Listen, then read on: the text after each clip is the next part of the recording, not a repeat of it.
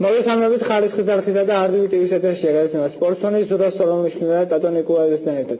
მოგესალმებით საქართველოს ფუტზალის ნაკრები ასპარეზობს ევროპის ჩემპიონატის პლეი-ოფში და რეალური შანსი აქვს საკმაოდ რომ გავიდეს ევროპის ჩემპიონატის ფინალურ სტადიაზე. პირველი შეხვედრა რუმინეთში ჩვენმა ნაკრებმა ფე-2-2 ითამაშა. ამ საკითხზე სასაუბროდ დღეს ჩვენი გადაცემის სტუმარი იქნება ჟურნალისტი ბატონი თენგიზ პაჭკორია.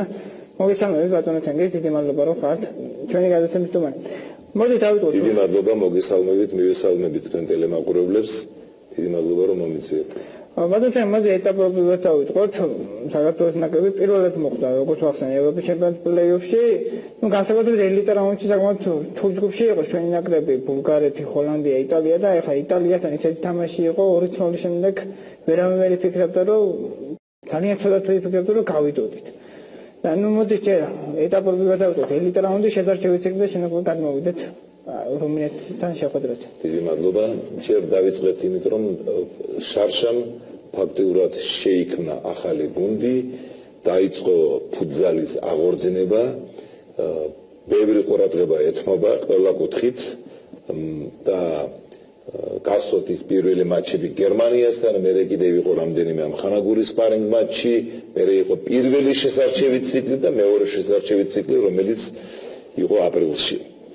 და ახლა გვაქვს რეალური შანსი იმისათვის, რომ ჩვენი ნაკრები პირველად გავიდეს ევროპის ჩემპიონატის ფინალურ ეტაპზე, ევროპის ჩემპიონატს, რომელიც გაიმართება 2018 წლის იანვრის ბოლოს თებერვალში სლოვენიაში, ლიუბლიანაში და ყველას გვაქვს ძალიან დიდი იმედი, რომ ჩვენი ნაკრები შეძლებს ამ ამოცანის შესრულებას, მით უმეტეს რომ პირველი მატჩი, გასვლითი მატჩი რუმინეთში, ქალაქ დევაში ძალიან რთული იყო.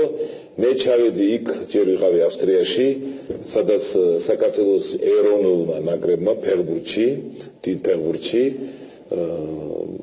ავსტრიელებისთვის მოულოდნელად, ზოგიერთი ჩვენთანაც მოულოდნელად ძალიან კარგი თამაში აჩვენა და ფრედ დამთავრდა გასვოთ ის თამაში 5 სექტემბერს ვენაში. და თამაშის ხარისხიც იყო კარგი და იქ რამდენიმე დღე ვიყავი ჩემ მეგობრებთან ერთად და მე ვენიდან ჩავედი დევაში. ეს არის რუმინეთის დასავლეთი ნაწილი. ქალაქი დევა მდებარეობს უნგრეთთან საზღვართან, უნგრეთის საზღვართან. პატარა ქალაქია დევა, დაახლოებით 70,000 ადამიანი ცხოვრობს. ძალიან დიდი ისტორია აქვს ამ ქალაქს, ძველი ქალაქია, უნგრეთს ეკუთვნოდა, მერე აქეთ, იქეთ და რუმინეთის ტერიტორია არის დღეისათვის. და მინდა გითხრათ, რომ ვენიდან ძალიან რთული იყო იქ ჩასვლა. რატომ? აეროპორტი დევაში არ არის, სამხედრო აეროდრომი, რომელსაც სამოქალაქო ავიაცია არ დაფრინავს იქ. უახლოესი აეროპორტი 150 კილომეტრია დაახლოებით. ვენიდან ტიმოშორაში არ იყო თვითნავი, პირდაპირ ავტობუსიც არ არის და მატარებლით ვენა ბუხარესტით მომგვიწია იქ ჩასვლა, რომ ჩავედით გამიგიორდა ცოტა ის სადგური რომ ნახე. თავი მეგონა მე-20 საუკუნის დასაწყისში ლამაზი, მაგრამ ის იმ პერიოდის ასახავი. ხალხი ძალიან თბილი ქალაქ დევაში, ეს ძველი ქალაქია, მოსახლეობის უდიდეს ნაწილს შეადგენენ რუმინელები, უნგრელები ცხოვრობენ, უნგრელებიც პატარა ნაწილი. საქართველოს მიმართ ძალიან თბილი განწყობა, როცა ნახავდნენ ჩვენ ეკიპირებას, დროშებს და ასე შემდეგ, მოდიოდნენ ბავშვების, დიდებიც, ქალებიც და გვესალმებოდნენ და ყველა გამოხატავდა სიმპათიას საქართველოს მიმართ. იმავე დროს გვეუბნებოდნენ, რომ მოგიგებთო ფუტზალში, ჩვენ ძალიან კარგი გუნდი ყავს, იმიტომ რომ თვითონ დევის გუნდი არის უძლიერესი რუმინეთში, 7-8 კაცი ყოველთვის თამაშობს რუმინეთის ნაკრებში. და ამიტომ არის ის ერთ-ერთი მიზეზი, რომ დევაში ტარდება რუმინეთის ნაკრების ფუტზალის ნაკრების მატჩები და პლუს სეზონ დააღნიშნოთ დარბაზზე მანდამაიც სტანდარტებს არ აკმაყოფილებს. ორი მიზეზია, რატომ თამაშობს რუმინეთის ნაკრები დევაში. პირველი რომ 7-8 კაცი ყოველთვის ამ ქალაქის გუნდიდან არიან და მეორე დარბაზი. დარბაზი პირველად რომ ნახე 3-4 ბოდიში 10-11 სექტემბერს ვიფიქრე ხომ არ შემეშალა მეთქი, იმიტომ რომ არა ამ დარბაზში იქნებაო თამაში. დაახლოებით 800 კაცი ეტევა. ახლა გეტყვით. კი, ქალაქის კარგ ადგილას არის. იმ სასტუმროსგან, სადაც ცხოვრობდა ჩვენი ნაკრები და რუმინეთის ნაკრები ახლოს არის, ფეხით შეიძლებოდა იქ 3 წუთში. დარბაზი წარმოიდგინეთ. ინდივიდუალური სკამები არ არის. აი როგორც იყო მე-20 საუკუნეში, ასეთი სკამები. საერთოდ დიდი ძველ დინამოზე რომ იყო ეს ერთი. შემდეგ, როდესაც შევეკითხე UEFA როგორ უშვეს მეთქი ინდივიდუალური სკამები არ არის. არც პირველ სექტორში, არც მეორეში, ძირითადად ერთი სექტორი იყო რეალურად, ფორმალურად პირველი მეორე სექტორი, ერთ ხარეზე. კაი, ინდივიდუალური სკამები არ არის, ეს მაყურებლის პრობლემა, მაგრამ მეორე თავდება ეს ტრიბუნა პირდაპირ, სადაც არის სკამი ფეხბურთელების გუნდების და ნებისმიერ მაყურებელს შეუძლია კონტაქტში იყოს ფეხბურთელთან, ვინცაც არ იგოში ზის და თბელთან. მოეფეროში აგინოს ამის შემდეგ. დილება არ ყოფილა ჩვენს მიმართ და საქართველოს ნაკრების მიმართ, ხომაგობდნენ რუმინეთის ნაკრებს ხომაგობდნენ, მაგრამ კორექტულად და თბილად მე ტაშის დაუკლეს ჩვენ ნაკრებს და რუმინეთის ნაკრებს. იმედია საქართველოს ანალოგიური თემა, ნუ ქართულებში ნაკრები ხანდახან. ახლა კიდევ გეტყვით დარბაზზე. ნახეთ, ვინც უყურებდა თამაშს და ჩვენ ფრაგმენტები გვაქვს და ალბათ აჩვენებთ. ეს ფრაგმენტები მოგვაწოდა საქართველოს ფეხბურთის ფედერაციის ოპერატორმა დავით კოპალიანმა, რომელიც თელემატჩი გადაიღო და რამდენიმე ფრაგმენტი მოგვაწოდა პირველი და მეორე გოლის და ალბათ თქვენ აჩვენებთ დარბაზის კი ნახოს ეს ფრაგმენტები. პირველი გოლი, მერე მიდის მეორე გოლი, მერე რეაქცია, ჩვენ ვიჯექით ჩვენი ნაკრების უკან რამდენიმე კაცი, მათ შორის ის ფეხბურთელები, ვინც არ თამაშობდა იმ დღეს, ჟიატკოპატაძე ტრაგმირებული, ჭანუყვაძე, სებისკვერაძე ყოველდღე მათ გაფრთხილების გამო, კიდევ რამდენიმე კაცი. იქვე იყო ფეხბურთის ფედერაციის პრეზიდენტი და ზემოთ ბატონ ლევან კობიაშვილი ჩამოვიდა მატჩის დღეს და ამით მხარდაჭერა გამოთქვა ნაკრების მიმართ. მათთვის ეს მოულოდნელი როგორც მე გავიგე ფეხბურთელებისთვის არ ელოდნენ და მინდა გითხრათ რომ თვითონ დარბაზში რა არის ძალიან დიდი მინუსი, ძალიან მიკვირდა მე დავწერე ჩემ მასალაში რომ როგორ დაუშვა UEFA-მ, როგორ უშვებს სულ იქ ტარებას, მატჩის ტარება, ჩატარება როგორ შეიძლება. კარები მთავრდება, კარებიდან კედლამდე არის 80 სანტიმეტრი. უნდა იყოს 3 მეტრი. აქეთ ხარეს, იქეთ ხარეს არ არის ეს ძალიან დიდი რისკია რომ ტრავმას მიიღებ.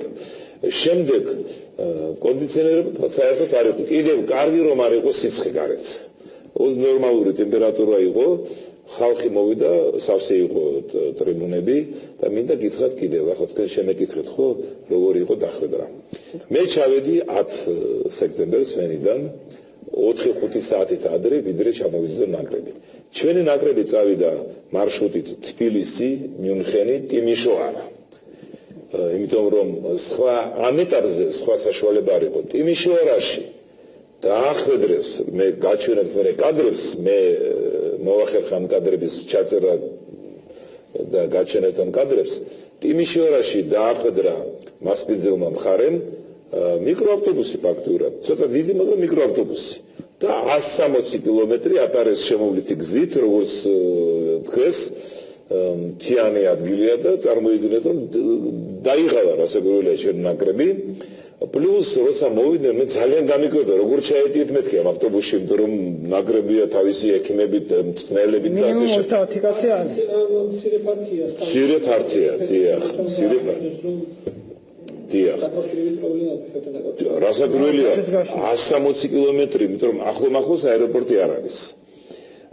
და რომ დახვდით, მოვეფერე ბიჭებს უთხარი რომ ჩვენ ქართველები იქ არ ცხოვრობენ, ახლოს ტიმიშოარაში როგორც გავიგე რამდენიმე ქართველი, მაგრამ ჩვენ მე დაუკავშირდი საქართველოს საელჩოს რუმინეთში, ელჩის ერთ-ერთმა მაღალი რანგის წარმომადგენელმა ბატონმა გიორგი ციკარიშვილმა ბოდიში თქვა რომ 400 კილომეტრია ბუხარესტიდან იქამდე ვერ ვახერხებ ჩასვლას, მაგრამ ჩვენი საელჩოს წარმომადგენელმა ტელეფონით დაუკავშირდა იმ სასტუმროს, სადაც ცხოვრობდა ჩვენი ნაკრები, ესაუბრა როგორც მე ვიცი აჩიკო ბოკერიას თავისი სიმპათიები გამოხატა, ხარდაჭერა და მოუბოდიშა რომ ვერ ჩამოვდივართ, იმიტომ რომ ახლა საელჩოს პატარა და 400 კილომეტრი იქეთ-აქეთ როცა ის ახალი ელჩი ჩვენი დანიშნული და ძალიან ბევრი ისეთი სამუშაო იყო.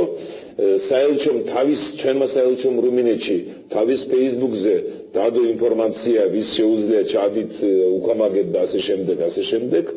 მინდა გითხრათ რომ 2 დღე თამაშამდე დავდიოდით ქალაქში, ძალიან ბევრი ხალხი გავიცანეთ, ჟურნალისტები, მოსახლეობა, ბავშვები, ქალები, მოხუცები, ახალგაზრდები და ყველა იყო ძალიან დიდი სიმპათიით, მაგრამ ყველა ამბობდა მოგიგებთო.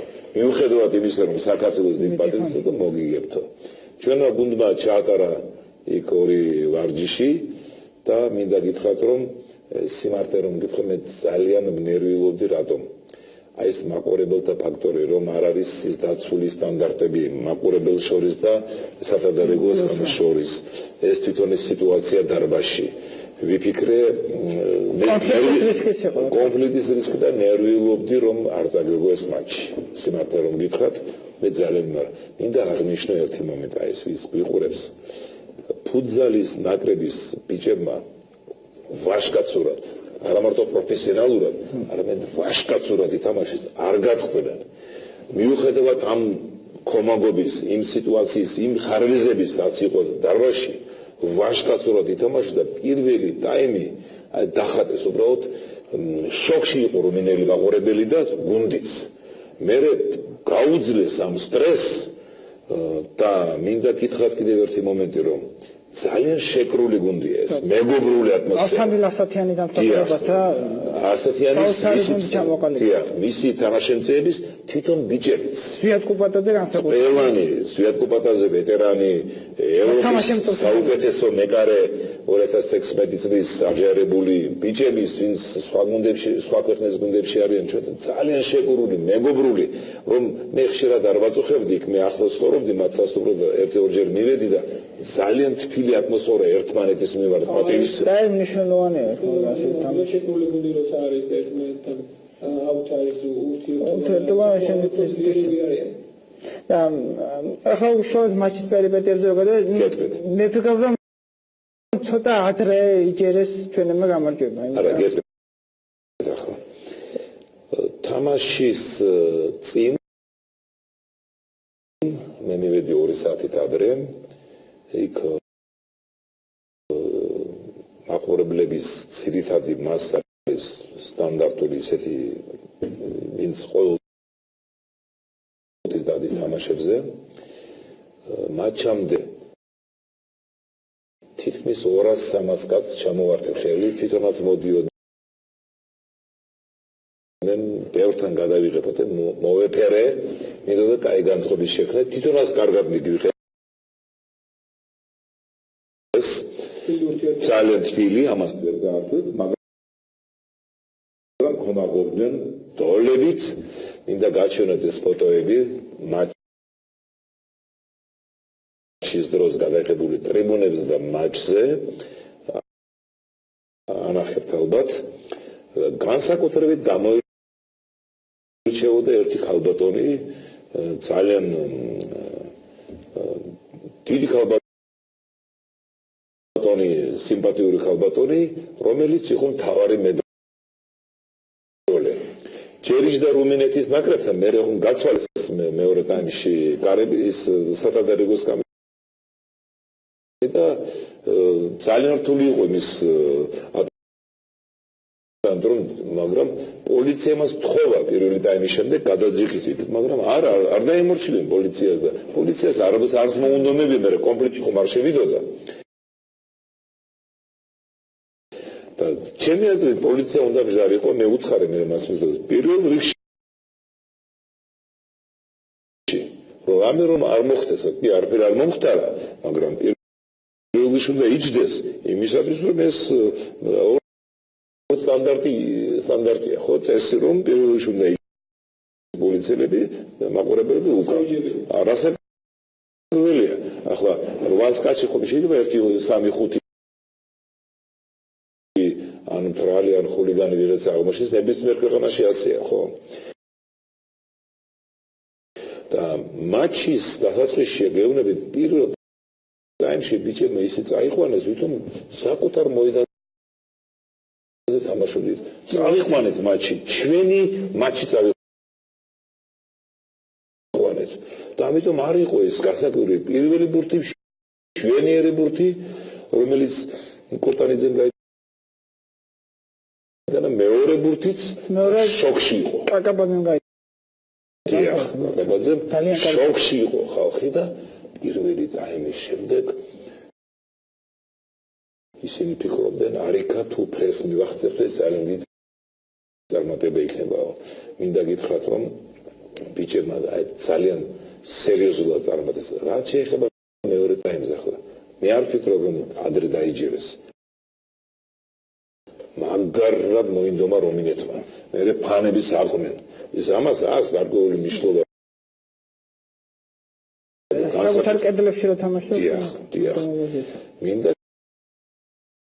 შევეხო საჯობას. მე არ ველოდი. ძალიან ყველა მაღიარა ეს ობი პორტუგალიელი მსაჯები იყვნენ. სხვათა შორის გამიკვირდა. მსაჯები და ორივე გუნდი ერთ სასტუმროში იყო. საერთოდ მსაჯები ცალკე არიან.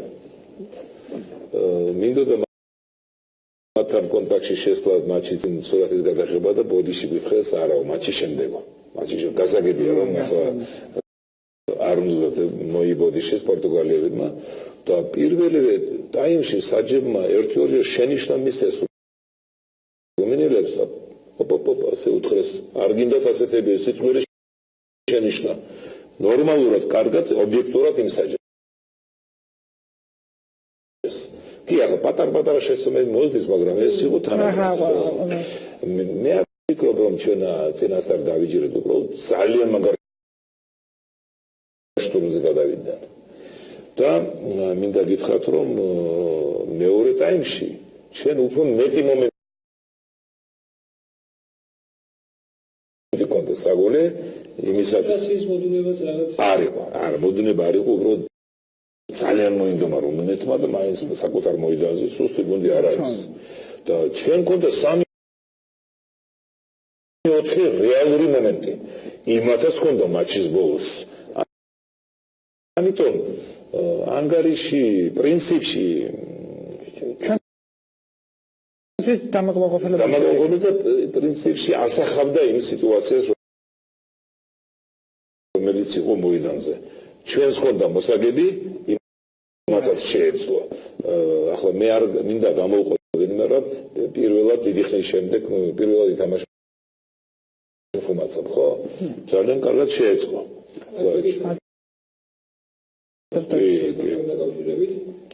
საქართველოში თამაშობდა ადაპტაცია გუნდმა მე როგორც მითხრეს ბიჭებმა ძალიან თბილად მიიღეს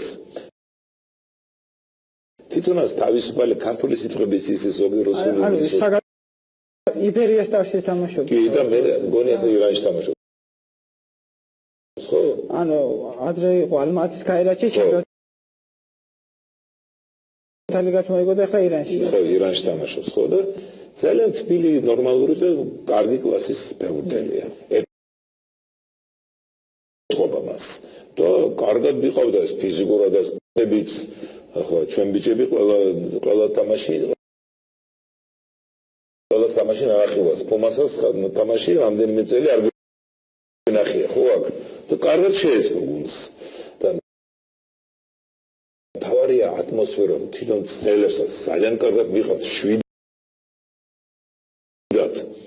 დინჯად ერილის გარეშე ძალიან მოსაწონი იყო ეს სიტუაცია რომელიც ნაკრებში სუფევდა სამი კაცი ვინც არ თამაშობდა უკან ვიჯექით და ჩვენ ვიყავით როგორც ფანები ჩვენი ამ კადრებშიც ნახავთ ის ნახავთ იმ კადრებში რომელიც გვაქვს და მინდა გითხრათ რომ მატჩის მეორე დღეს ჩვენი გუნდი დილით ხომ წავიდა ადრე მე დავჭი იქ რომ საღამოს უნდა დაბრუნებული იყო ვენაში მატარებლით ბუხარესტი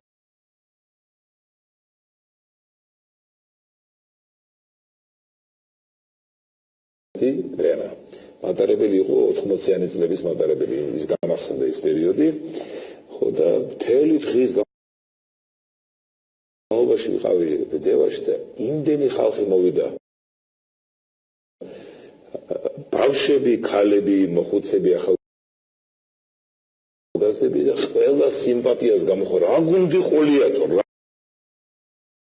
რა გუნდი ყოლიათო, მთელი დევაში ახლა პატარა ქალაქია და მით უმეტეს იცოდა რომ ჩვენ ვიყავით ჩამოსული და რა გუნდი ყოლიათო და რამდენიმე კაცმა მითხრა ასაკოვანმა თქვენ უფრო კარგი გუნდი იყავთ. ჩვენ კომაგობთ რუმინეთს, მაგრამ თქვენ უფრო კარგი გუნდი ყავთ და გთხოვთო მომავალ მატჩში, როცა იქნება თბილისში 26 სექტემბერს, ძალიან გთხოვთო კომაგეთო საქართველოს, მაგრამ რაიმე იმას პროვოკაციას არ აკვეთეთ. რუმინეთის ნაკრებში არის 1-2 ფეხბურთელი, თქვენ ნახეთ, გვარებს არ დავასახელებო, თქვენ მიხდებით. ვინ ისაც ეხერხება ეს პროვოკაციის გამოწვევა მაყურებელის შეესტერით რაღაცებით და ამიტომ გთხოვ მაყურებელს უკომაგოთ საქართველოს ნაკრებს, მაგრამ არ პროვოკაციას, არა დისციპლინა უნდა იყოს ამ კუთხეში და კორექტულობა უნდა იყოს. უკომაგოთ ჩვენ ნაკრებს, იმედი მაქვს რომ 4000 კაცი მოვა, 3500 რომ მოვიდეს, ის კარგი ხდება და უკომაგოთ, მაგრამ არავითარ შემთხვევაში არ წამოვეგოთ პროვოკაციას, თუ ვინმე რუმინეთის ნაკრებიდან რაღაცა ჟესტ გვაჩენებს ან შეიგინებს, არაფერი არ ვესწროთ, არაფერი არ უთხრათ ისეთი, რომელიც გამოიწვევს ან ჯარიმას, ან დისკვალიფიკაციას, ან მატჩის ჩაშლას ან რაღაცას. იმიტომ რომ მათ მეტი შანსი არ აქვს, რომ ჩვენ გვაწყობს ფრე, 0-0 გვაწყობს 1-1 ან მოგება ნებისმიერ ანგარიშით. და ძალიან რთული მატჩია, ჯერ არის ძალიან რთული მატჩია, ყველას ესმის რომ ჯერ ყველაფერი წინ არის. ჯერ არა გვაქვს ჩვენ ჯიბეში ეს საგზური ევროპაში. ეს რთული მატჩია, არავინ არ იფიქროს რომ 2-2-ზე ჩვენ უკვე წინ ვართ, არა. მაგრამ უკეთეს მდგომარეობაში ნამდვილად ვხვდებით ამ თემას. კარგი განწყობით, მინუსით არ ვართ. და უცებად უნდა გითხრათ ზვიად კუბატაძემ გამოტოვა თამაში ტრამვასთან დაკავშირდა, როგორია ამჟამად ზვიადის მდგომარეობა და შეძლებს თუ არა ის 26? მე ვფიქრობ თვითონაც თქვა რომ უნდა ვითამაშო 99% და 99 ასე რომ თქვა რომ ვითამაშებო. ზვიადი არის არა მარტო მეკარე, პირველ მატჩში რუმინეთში თორნიკები კარგად ითამაშა, კარგად, მაგრამ ზვიადი გამოცდილება და პლუს დისპეჩერია, დირიჟორია გუნდის. თვითონ მეტოქეც იბნება, როცა ზვიადი არის, ახლა თორნიკემ კარგად ითამაშა, ვერ წაართო, ძალიან კარგად გადაარჩინა რამდენიმეჯერ ჩვენ ნაკრები. ზვიადი არის დისპეჩერი, დირიჟორი, როგორც გამოცდილი, როგორც ცნელი მოედანზე. მე შეტევაზე გადადის ბურთის გადანაც შეუძლია და ძალიან დიდი დონის პიროვნებაა და მეკარეს და პიროვნებაც. დიდი ავტორიტეტი აქვს და მეტოქეს გუნდიც ცოტა ნერვიულობს, როცა ეს საჯებთან ურთიერთობაც მნიშვნელოვანია, ხომ საჯებთან ურთიერთობაც კარგად გამოდის. საჯებთან ახლა ეს ყოველთვის ვამბობ მე რომ არასოდეს არ უნდა იკამათო, არასოდეს არ უნდა შეაგინო, იმიტომ რომ შეიძლება კი კაპიტანს არ გამოსულ ფეხბურთელს აქვს უფლება რომ კულტურულად ერთ-ერთი რაღაცა უთხრას, მაგრამ იმის გარეშე ზედმეტი ემოციების რომ ხო, მაგრამ ჯობებს საჯებს არ მივაქციოთ ყურადღება და უბრალოდ რჩევა და შეიძლება მატჩის დროს, მაგრამ მე იმედი მაქვს რომ იგივე საჯობა იქნება ნორმალური, იმიტომ რომ ჩვენი ნაკრების რეიტინგი ძალიან მაღალი, ავტორიტეტი ყველა მისცეს ეს და მაგრამ ბრძოლა წინ არის. 26-ში თამაში ხო გადაწყვეტილი არ არის და ძალიან შეკრული მეგობრული გუნდია. რაც გააკეთეს ბიჭებმა წელიწად ნახევარში, ეს იმ ფონზე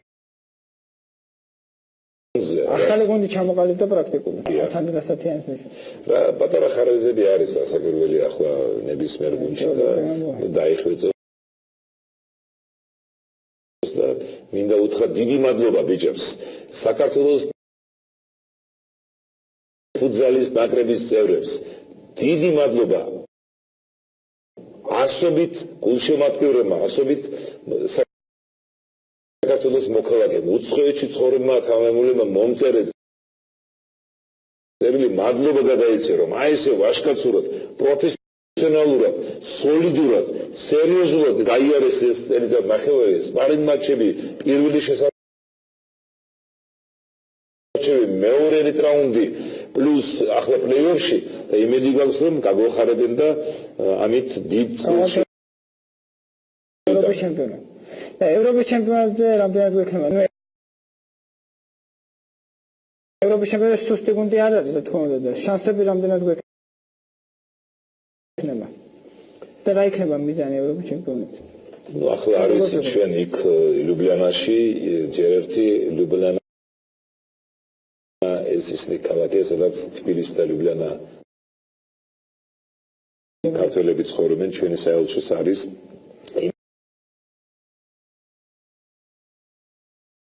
იმედია რომ ერთი 30-40 კაცი ადგილობრივი მოსახლე ქართველები მოვლენ იმედი მაქვს რომ თუ გავედით და ალბათ გავალთ აქედანაც პატარა ჯგუფი წავა კომაგო დიდი მნიშვნელობა აქვს განსაკუთრებით ევროპის ფუტზალში პატარა დარბაზში დიდი მნიშვნელობა აქვს იმიტომ რომ იქ პატარა დარბაზში აკუსტიკა და ეს ყველაფერი რასაკვირველია დიდი მნიშვნელობა აქვს იქ ახლა მე არ ვიცი როგორ წავა საქმე მაგრამ იბრძოლოთ იმისათვის რომ ჯგუფიდან გახვიდე და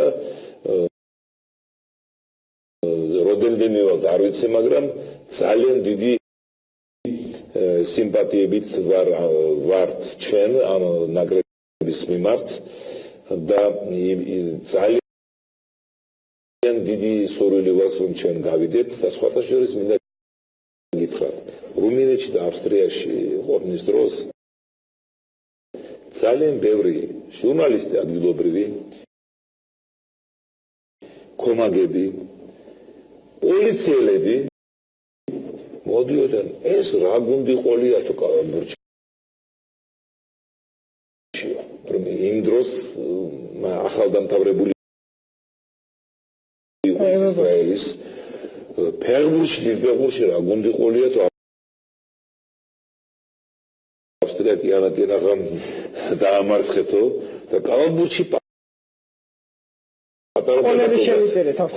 პატარა და გაგუნდათ კალაბურჩი მაგრამ კარგად იბრძოლეთო მაგრამ არ გაგიმართლოდო ასე აღიქვამენ ისინი მე კი ცოტა სხვანაირად ვაფასებ ამ სიტუაციას ევროპის ჩემპიონატამდე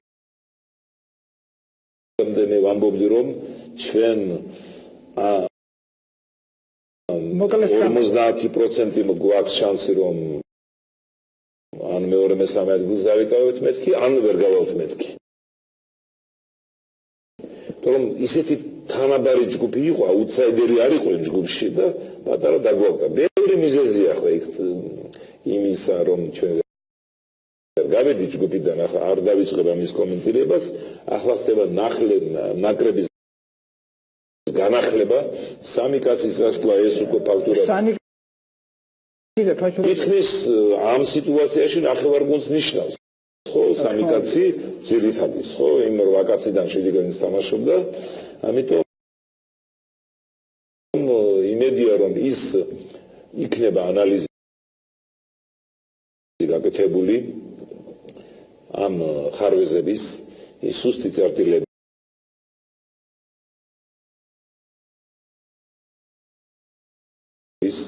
დისციპლინის კუთხით, სათამაშო დისციპლინის, წნელების და მოთამაშეების ურთიერთობის კუთხით მე ვფიქრობ გაიგებენ წნელები რას ვამბობ მე რომ უფრო მეტი თითქმის 5 მატჩი ქონდა ტექნიკური სამწუხაროდ. მე საერთოდ ახლა არ შეუდგები იმას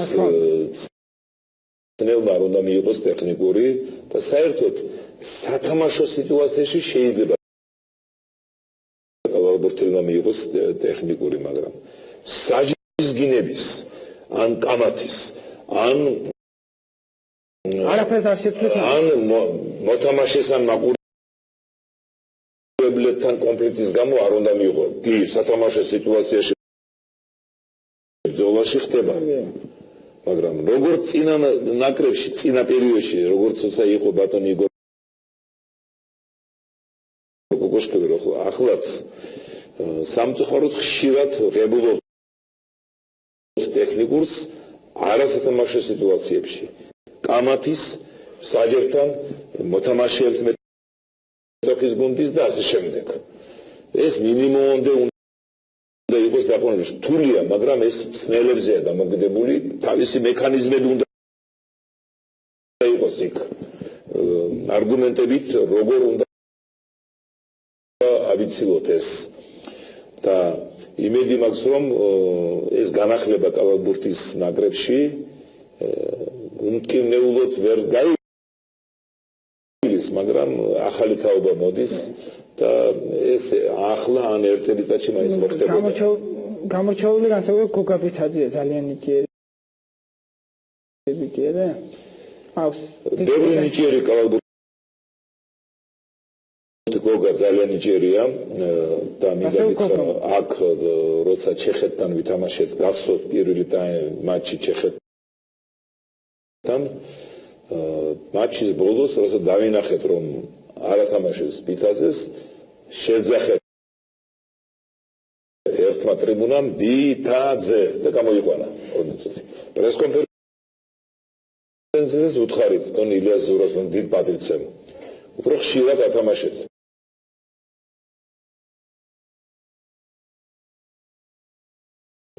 რომ ის დიდი პოტენციალის კალათბურთელი ახალგაზრდა მაგრამ უფრო ხშირად უფრო მეტი ათამაშა. ხო, ახლა ცნელმა თავის საქმე იცის, მაგრამ რაც ჩვენ შორიდან ვნახეთ და კულისებიდან ვიცით, მეტყველებს იმაზე, რომ რაღაცა ხარვეზები იყო ამ პროცესში. შეგვეძლო გასვლა, აუცილებლად შეგვეძლო იყვამის შანსი. ხარვეზები იყო ტაქტიკის კუთხით ცნელ და კალათბურთელებს შორის ალბათ რაღაცა კოორდინაციაში, ურთიერთობაში, დისციპლინის კუთხით მე ვამბობ სათამაშო დისციპლინის და ცნელების ურთიერთობა ჩემი აზრით შორიდანაც ჩანს და მინდა გითხრათ რომ ეს იმედი მაქვს რომ გამოასწორებენ და ახალი თაობა წამოვა, რომ ერთი წლის შემდეგ თუ ახლა მაინც მოხდებოდა ეს განახლება. ასაკში შედიან, კი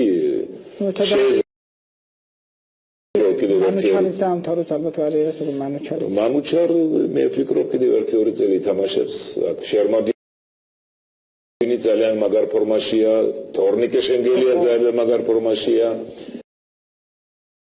კიდევ არიან ბიჭებისაც თურგასანაძე მოუმატებს ალბათ და მე იმედი მაქვს რომ ნიცკაც კიტიშვილს როგორც იქნება დაუძახებენ და მოიწევენ ნაკრებში მან აჩვენა ესპანეთის ხუვენტუდთან პირველ მატჩში მიუხედავად იმისა რომ სულ 1-2 კვირა ვარჯიშობდა კარგი თამაში და ვიცი რომ კარგად შეუძლია მას თამაში და იმედია რომ მას მოიწევენ ნაკრებში, იმედია რომ აკაკი დვალიშვილსაც მოიწევენ ნაკრებში, მარტო მეორე ნაკრებში, არამედ დიდ ნაკრებში და სხვებსაც მისცენ საშუალებას მოსინჯონ თავისი ძალები და თუ გაამართლებენ უნდა დატოვონ, ხო ასე ვფიქრობ მე და ნიკაცკიტიშვილი საკმაოდ კარგი დონის ძალიან ნიჭიერი კალათბურთელი გამოცდილი და მას გაიცნობს იმ კუთხით, რომ მას შეუძლია კარგი წვლილი შეიტანოს. იმ ბიჭებზე, ვინც ახლა არის ნაკრებში დარჩა, იმათაც მით უმეტეს. და იმედია ბექაც დაბრუნდება რავნის შემდეგ. დიახ. ის ახალგაზრდები, ვინც გვეგულება ამერიკაში, ან საქართველოში, ან ევროპაში, იმათაც ნელა და იმედი მაქვს, რომ სოფლიო ჩემპიონატის შესარჩევში ჩვენი ბიჭები, ჩვენი კალათბურთელები კი რთული ჯგუფია გერმანია, სერბეთი, ავსტრია, რომელმაც მოგიგო სპარინგ მატჩი, მაგრამ შეიძლება რომ დაამარცხოთ თებერვალში ამ მატჩში. და უნდა გითხრათ, აი ლიტვის დამარცხების შემდეგ ალბათ ვერავინ ვერ ფიქრობდა, რომ გერმანიასთან და უკრაინასთან წავა. და ლიტვის ნაკრების დამარცხების შემდეგ ალბათ ვერავინ ვერ ფიქრობდა, რომ ჩვენი ნაკრები ჯგუფში ჩარჩებოდა და გერმანიასთან და უკრაინასთან დამარცხებოდა. მოწინააღმდეგეის დაუფასებლობა თუ რა იყო მაინც ამ მარცხის მიზეზი? მე არ ვფიქრობ, რომ მოწინააღმდეგე ვერ შეაფასეს, იცოდნენ რომ გერმანია და უკრაინა შეუძლიათ უბრალოდ სხვა რაღაცებშია მიზეზები, რომელიც ანალიზის შორს მიგიყვანს, მაგრამ ფაქტია სამწუხაროდ ვერ გავედით, მაგრამ ეს უნდა გაანალიზდეს ეს ყველაფერი და მომავალში ეს შეცდომები და ხარვეზები უნდა მოიხსნას იმისათვის, რომ ჩვენ უფრო აუცილებლად მარტო იმის გამო, რომ ჩვენ დავაფასეთ და არ მოხდა ეს ალბათ შეიძლება ფსიქოლოგიური სტრესიც იყო, გადაგრილობა ფსიქოლოგიური ფონის, შეიძლება სხვა მომენტები, რომელიც ჩვენ არ ვიცით ახლა შიდა სამზარეულო ბოლომდე და არავინ არ გვითხოს ბოლომდე. მაგრამ ფაქტია, რომ სამწუხაროდ ვერ გავედით, მაგრამ მე არ ვეთანხმები იმ აზრს, რომ ჩვენ სამარცხინოთ ვითარ არავითარ ბიჭებმა იბრძოლეს, ითამაშეს, პატარა დაგვაკვდა. რაც შეეძლოთ ითამაშეს, მაგრამ იღბალიც არ იყო და კიდე რაღაცა ხარვეზები იყო ნაკრებში. დააკლეს საკმაოდ სერიოზული იყო. დიახ. Mulțumesc mult, domnul Teнгиз, გადაცემაში მოგზაურობისთვის, ჟურნალისტი თენგიზ პაჭკორია იყო ჩვენი გადაცემის პირველი ბლოკის სტუმარი, ახლა იქნება მცირე პაუზა და შემდეგ დაგებრუნდებით. კარგად ზანდებოდეთ.